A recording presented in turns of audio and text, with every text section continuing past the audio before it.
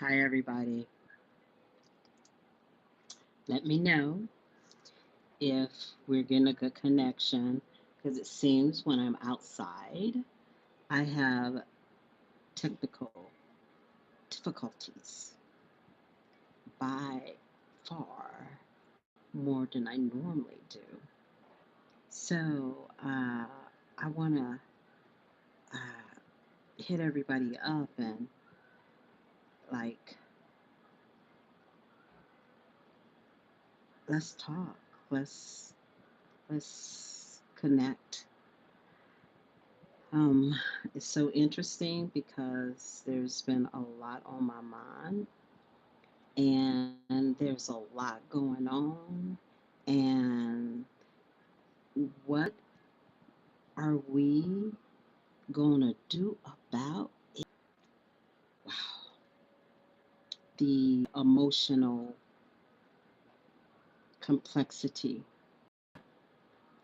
of what's going on with our human beings, the feminine energy, the masculine energy, how that is vebbing out the denial of the masculine awakening because they're literally being crushed under the feet of Gaia to start taking responsibility of their lives.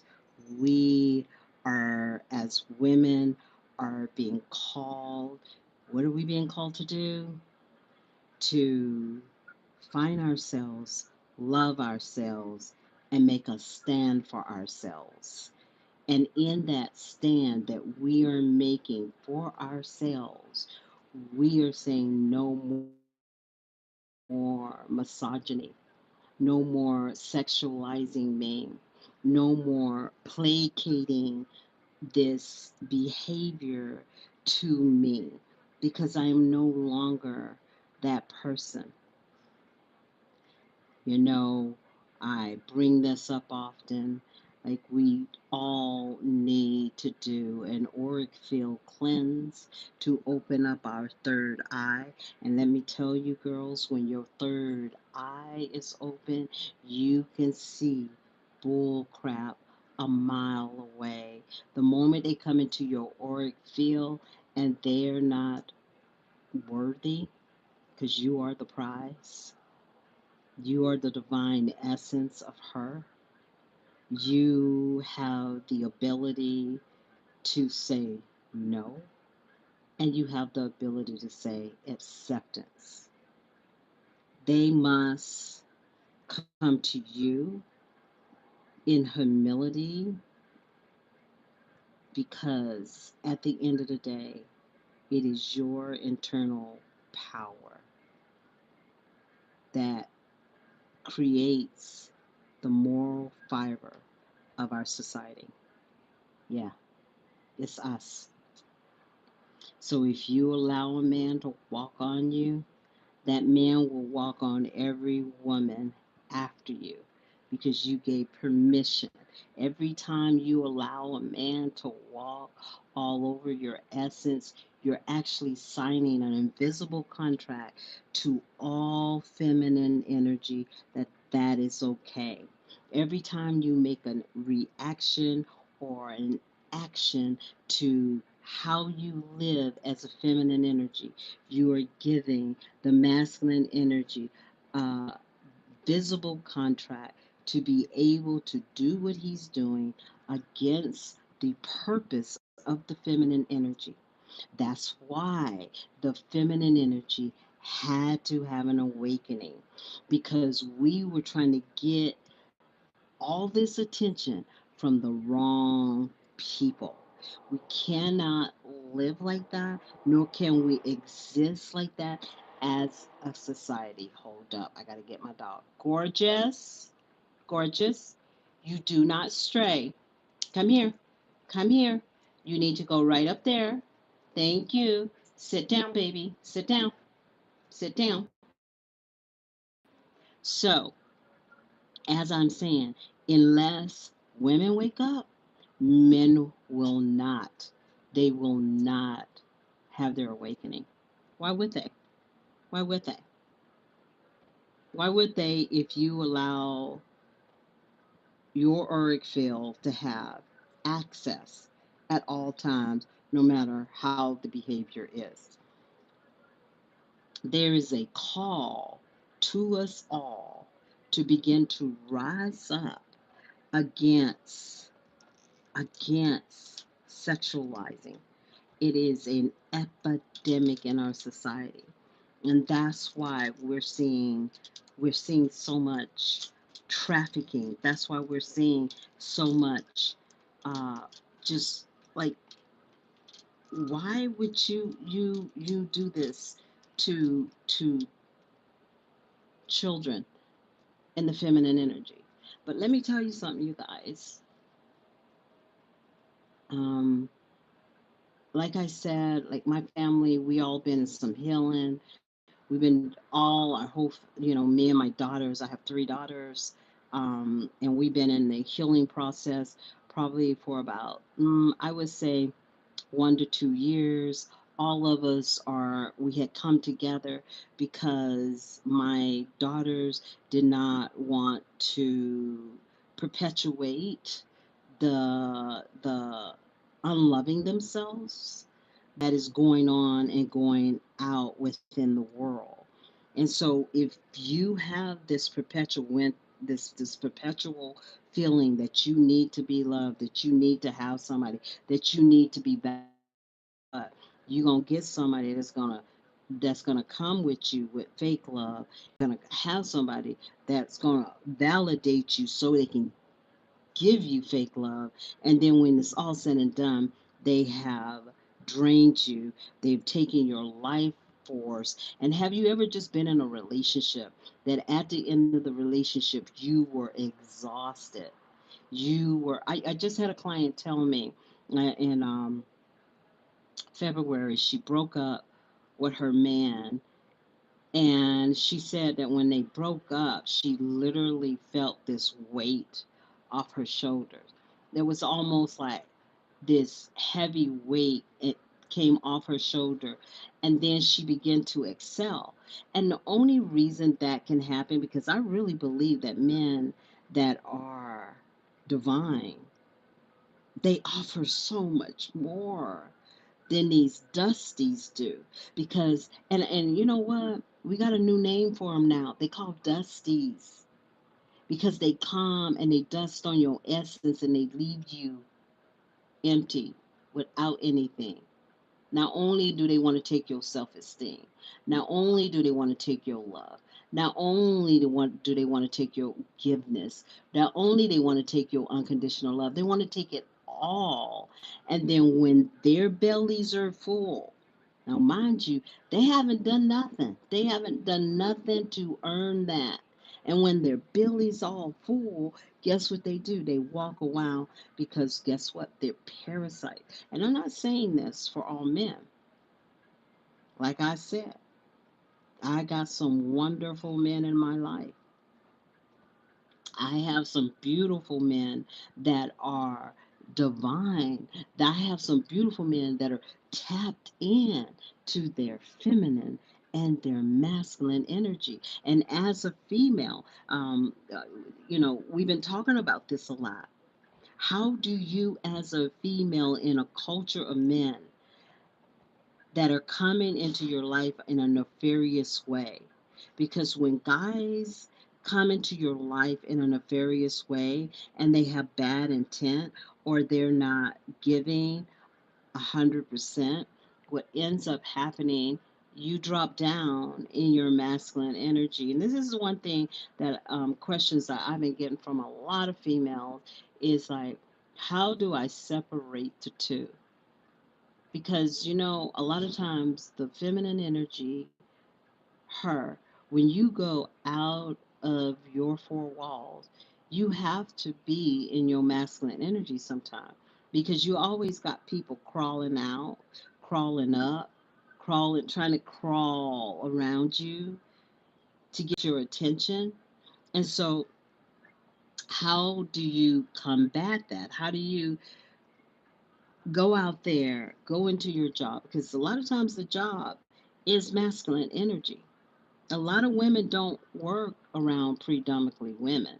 And even that, when you're working in a corporation, that is driven by masculine energy. So, how do you decipher and how do you bring balance in all of your duality, in everything that is of you, that creates the essence of beauty within inside of you? How do you bring that into you and your femininity? How do you leave a masculine world and come in? A lot of times, what I'll do is when I get home, I'll sage and I will take a lavender bath. And then I light my candles and I play some music. And sometimes when I'm real masculine, I'll drop down some sensual music because I want to feel myself be that woman. So when I'm in the tub, I have my music on, I have my lights on, my candlelight, I have sage.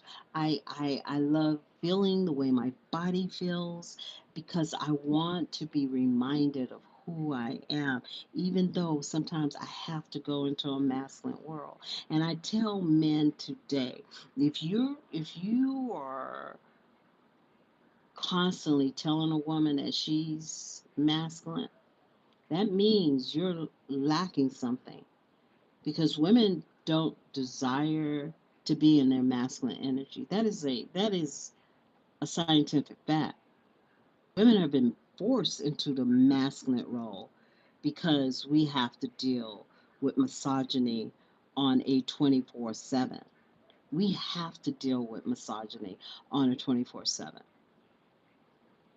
Like when we go out there, we can't just walk down the street. We have to constantly be on alert. We have to constantly be that person that's saying, hey, I see you. You know, I literally so many times when I'm like downtown, have to deal with dusties. I literally have to have like my auric field guarded. And I think to some people they may think I'm being mean or I'm being a certain kind of way. And no, I'm not being mean or kind of certain way. What's going on is I have to protect my auric field because I think that the most insulting thing to me is when somebody comes to you with an assumption. This is what you want from them. This is what you need from them. They don't even take the time to even draw in and see your essence. No, they just make an assumption that they can talk to you any old kind of way. And so, man, sometimes the reason you're getting rejected is not for them. It's just the mere fact of how you come at a female. You can't come at her like like an animal. You can't come at her like that. You can't. Can I holler at you? What what is that? What is that? That's misogyny. That's that inner savage in the masculine energy. I had an ex that resurfaced in my life and we started talking and as I was talking to him and pretty much telling him what my you know what my boundaries were and what I need. And I'm gonna tell you girls, when you have boundaries with a man, never, never, ever feel that your boundaries are not important. Your boundaries are important. That is the archetype of the feminine energy. The feminine energy understands her boundaries and she's not ashamed to use those boundaries, right? She's not ashamed to set apart her boundaries. Okay. And um, so I was talking to my ex and we got in a little conversation because there's certain things I'm not gonna get with a man that doesn't have a relationship with his children. I will never do that. I will not get in a relationship with a man that doesn't have his financial taken care of. I'd rather be alone. I can do bad by myself. I can make my own money. I don't need I think the hardest thing for me to accept when a man comes to me and say we're going to do 50-50. When a woman goes in with the idea of a man paying 100%, he's really not paying 100%. He's never paying 100% because you got to clean his clothes. You got to take care of, if you have children from, you got to take care of the children. You got to cook. You got to have sex with them. You got to do all of that. And then if that man wants you to do 50-50, oh girl, run, run. Because not only are you going to be doing 50-50, they're going to add 30 to 40% of that onto you with cleaning their house, doing their errands, nursing them, taking care of them. And the next thing you know, you straight up are not in a 50-50 relationship. You're actually in an 80%. You're doing 80, he's doing 20. And so now you're frustrated. Now you're in an unloving relationship and you don't know what to do with that. But this dichotomy between the battle of the sexes only came because of years and years of programming, years and years of people and the society telling our men that, you know what, you got to be a hunter. You got to be a hunter. But the definition of the hunter is very miscrewed. It's not right. It's not right. And so these men have been doing this for generations and generations and decades, looking for her as if he was a hunter. What does a hunter do? He lurks behind a tree, waiting for the prey to come. The prey is unassuming that he's being hunted. And then he gets his bow and arrow and he marks his pride. And then he releases the arrow. And that prey falls to the ground. And when that prey falls to the ground, he comes up and he gives it love, gives it love as he watches the very breath of that animal leave. That is not what you want from a man. You do not want him to see you or hunt you like that. It is unnecessary, it's savage, is not right. When a man is in pursuit of her, he must dance with the energy of the feminine collective. And the reason men are failing right now with the feminine energy is because they're not dancing with the collective of the feminine energy. And until you're able to learn that waltz, you will be stepping on the toes of the feminine energy, offending her. You want to come into the nation of the feminine world, but not take your shoes off before you enter. You have to take your shoes off to know who she is. You must disarm all that ego and come to her with humility. That's where your power will come. Don't come like this brute thinking you deserve her. You don't. The mere fact that she gives you a glance is truly a blessing. Women were created for the masculine energy, but the masculine energy forgot. about the why of the creation. He no longer seeks after the very need of the emptiness and the loneliness of his soul. He's more concerned about his genitals. And if he gets hard from her and he has nothing else to offer other than his penis. And I know, it is our fault. Because if we sit down and really think about it, how many women out there have got into the worst relationship all because of a penis? How many of us?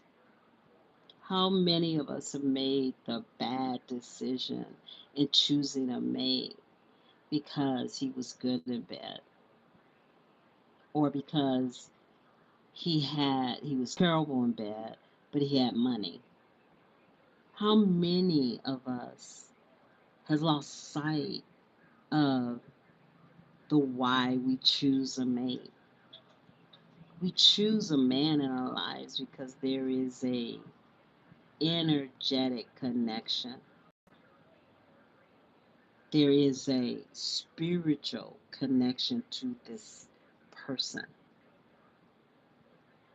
So we must rethink how we see ourselves as feminine women and how that looks. And it's different for each of us.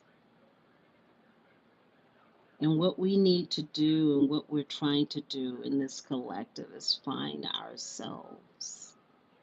Because it's when we find ourselves, we say no to the bull crap.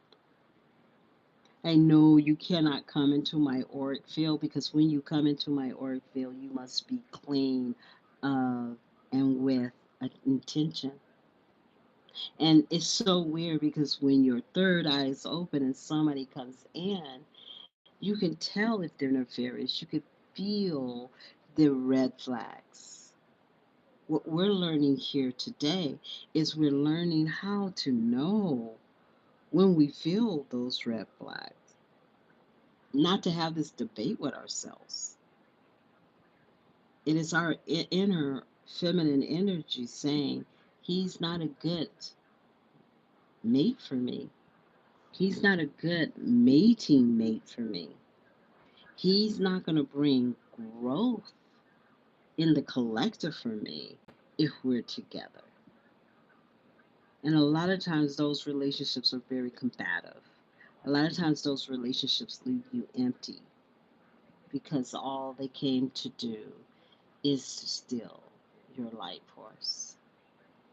So I want to thank you for watching my segment. Thank you for showing up and showing out. Please like and share. But girls, we got this. And if you pay attention, you will hear the voice of Gaia. He will tell you how to deal with this madness that is going on in the masculine energy. And you men that are on the front lines, you are divine masculine. We love you. We're grateful for you. And stand strong. Bye now.